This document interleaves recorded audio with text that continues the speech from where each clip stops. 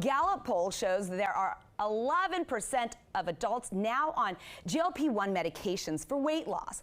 That is a 266% increase from just 2 years ago. And the average cost of $1,000 a month means it remains out of reach for most people. And joining us now to talk more about this highly popular medication is Paul Pruitt, the co-founder of SHARx, a company that gets meds to patients paying out of pocket. Paul, thank you so much for being here. Thanks for having me. All right, let's talk about this drug. It is helping to seriously drive down obesity rates as we continue to see more and more people use it, also maintaining the number of people diagnosed with diabetes. Yet most insurance companies are not willing to cover it. Is it just due to the front-end costs?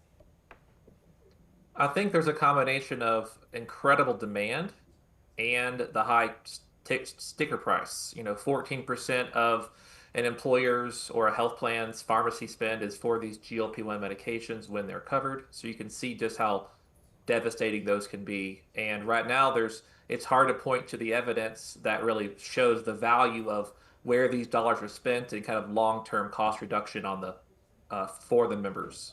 Okay. It is very expensive for all fronts, it sounds like. So what would it take, though, to lower the cost of the GLP-1s? Well, I think it's a concerted effort and looking at the problem differently, right? So expecting that in order to access or afford medications, and insurance has to be at play is certainly part of that dynamic. We see a lot of lower price options in the open market with direct-to-consumer programs or other items that manufacturers are offering today that they haven't offered in the past. So I think it's just understanding how can a member take care of their own health? Where does their health plan fit in?